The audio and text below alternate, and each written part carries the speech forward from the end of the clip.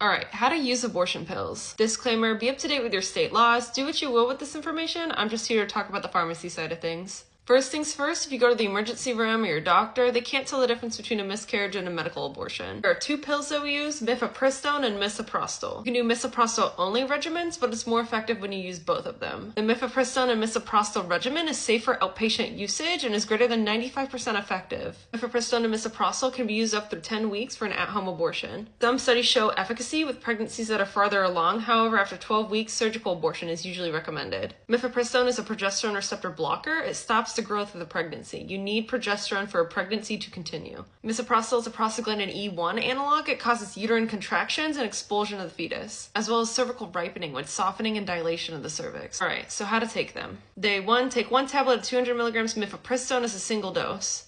You may not even feel anything after taking this. After 24 to 48 hours, we're going to take the misoprostol. 30 minutes beforehand, you can take 800 milligrams of ibuprofen and a gram of Tylenol. I recommend wearing a pad so you can monitor bleeding, and then I also recommend having a friend there for comfort. So 24 to 48 hours after that first dose of mifepristone, you're going to take 800 micrograms of misoprostol. It's usually 4 tablets of 200 micrograms. This is going to be buccally or sublingually. Buccally means it's in the cheek, so 2 on each side. Sublingually means under the tongue. You're going to want to hold the dose there for 30 minutes in your mouth to allow for adequate absorption, and then swallow the rest of the dose. To increase efficacy, a second dose of misoprostol is recommended 3 to 4 hours after that first dose of misoprostol. So 4 more tablets or 800 micrograms sublingually or buccally. Again, hold for 30 minutes in the mouth, then swallow. We usually see bleeding and cramping within 1 to 4 hours after taking your first dose. You may not even see anything come out, especially if it's less than 8 weeks. The most severe pain happens about 2.5 to 4 hours after your first dose and can last about an hour. Most people will expel the pregnancy within 2 to 24 hours after taking misoprostol. Side effects of misoprostol include nausea, so you can take over-the-counter Dramamine non-drowsy or meclizine, possibly vomiting, dizziness, fatigue, diarrhea, and even a fever. Side effects aren't going to persist super long because the half-life of misoprostol is very short, about 20 to 40 minutes. Most people return to their normal activities the next day. You should seek urgent medical care in the case of heavy bleeding or soaking more than 2 maxi pads per hour for 2 consecutive hours,